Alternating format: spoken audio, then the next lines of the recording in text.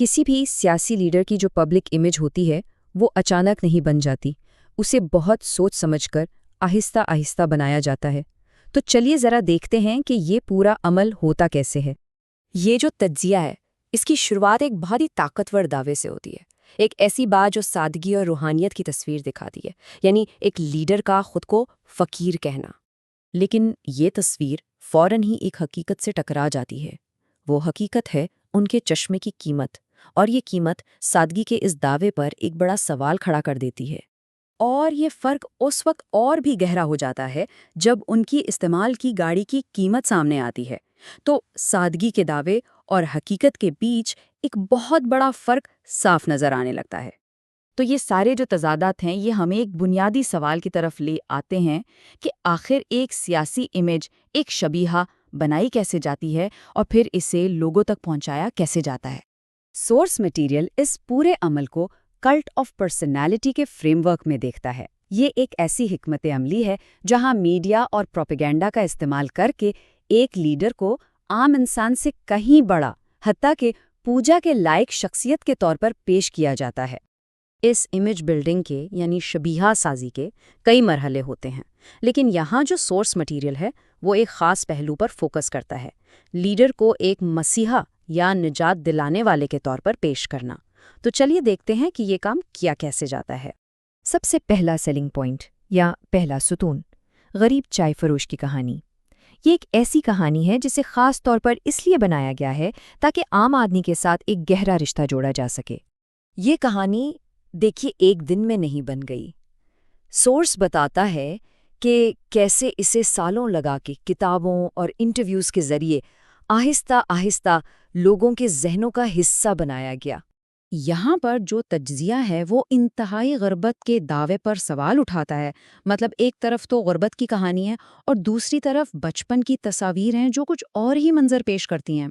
Source material में ख़ानदान के ही एक फ़र्द के बयान का हवाला है जिन्होंने ये साफ किया कि वो चाय फरोश नहीं बल्कि चाय की कैंटीन के मालिक के बेटे थे। अब ये देखने में शायद छोटा सा फ़र्क लगे, लेकिन कहानी को बनाने में इसका बहुत अहम किरदार है। अच्छा, अब आते हैं दूसरे सेलिंग पॉइंट पर, ख़ानदानी कुर्बानी की कहानी। यहाँ दावा ये किया जाता है कि लीडर ने मुल्क की खिदमत के लिए अपनी ज़ाती ज़िंदगी, अपना परिवार, सब कुछ कुर्बान कर दिया। इस पूरी कहानी की बुनियाद एक बहुत ही ताकतवर जुमला है, मैंने इस मुल्क के लिए अपना घर, परिवार, सब कुछ छोड़ दिया। ये एक ऐसी जज्बाती अपील है जो ज़ाती कुर्बानी को सीधा मुल्क से मोहब्बत से जोड़ती है। लेकिन सोर्स मटेरियल इस ख्याल को भी चैलेंज करता है। तारीख और मज़हब में देखें तो ऐसी कई मिसालें मिलती हैं जहां लीडर्स ने अपने ख़ानदान के साथ रहते हुए भी आवाम की खिदमत की। तो सवाल ये उठता है कि क्या ये कुर्बानी वाकई ज़रूरी थी? और यहाँ तज्जिया एक बहुत ही दिलचस्प तज़ाद सामने लाता है। एक तरफ तो परिवार को कुर्बान करने का दावा है और दूसरी तरफ मशहूर लोगों और बड़े बड़े बिजनेस टाइकून्स की खानदानी तकरीबात में शिरकत भी है। तीसरा सेलिंग पॉइंट हमें वापस उसी फ़कीर वाली इमेज की तरफ ले आता है। वो इमेज जो ज़ाती मिल्कियत से यानी दुनियावी चीज़ों से बेनियाजी पर जोर देती है। इस दावे को जब उसी दौर की दूसरी रिपोर्ट्स के साथ देखा जाता है तो कुछ और ही सामने आता है। इन रिपोर्ट्स में महंगे बाहर के दौरों का जिक्र है और उस वक्त की जदीद टेक्नोलॉजी जैसे कि डिजिटल कैमरा रखने का भी जिक्र है। ये चीज़ें फ़कीर वाली इमेज से बिल्कुल मेल नहीं खाती। इस बात को और साफ करने के लिए सोर्स मटेरियल एक साबिक वज़ीर आज़म की सादगी का मवाजना मौजूदा लीडर के ड्रेसिंग स्टाइल से करता है। इससे लाइफस्टाइल का फ़र्क बिल्कुल वाज़े हो जाता है। तो इन सारी कहानियों का, इन सारे बयानियों का नतीजा क्या निकलता है? सोर्स मटेरियल के मुताबिक ये सब मिलकर एक आम सियासी लीडर को एक सुपर हीरो या देवता जैसी शख्सियत बना देते हैं। और ये जो देवता बनाने का अमल है, इसको सिर्फ कहानियों से ही नहीं बल्कि दूसरे सियासतदानों के बयानात से भी ताकत मिलती है। मिसाल के तौर पर ये कोट सुनिए। और ये सिलसिला यही नहीं रुकता। हर नए बयान के साथ ये जो मुवाजना है ये और ज़्यादा सीधा और इलाही होता जाता है।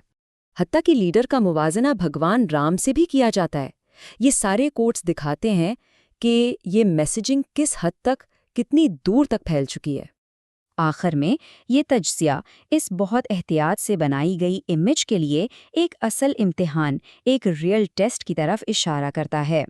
ایک پبلک ڈیبیٹ کے لیے دعوت دی گئی، ایک لیڈر نے اسے قبول کر لیا جبکہ دوسرے نے خاموشی اختیار کی۔ سورس کے مطابق یہ جو رد عمل ہے یہ عوامی جانچ پڑتال سے بچنے کی کوشش کو ظاہر کرتا ہے۔ تو یہ سب ہمیں ایک اہم سوال پر چھوڑ جاتا ہے۔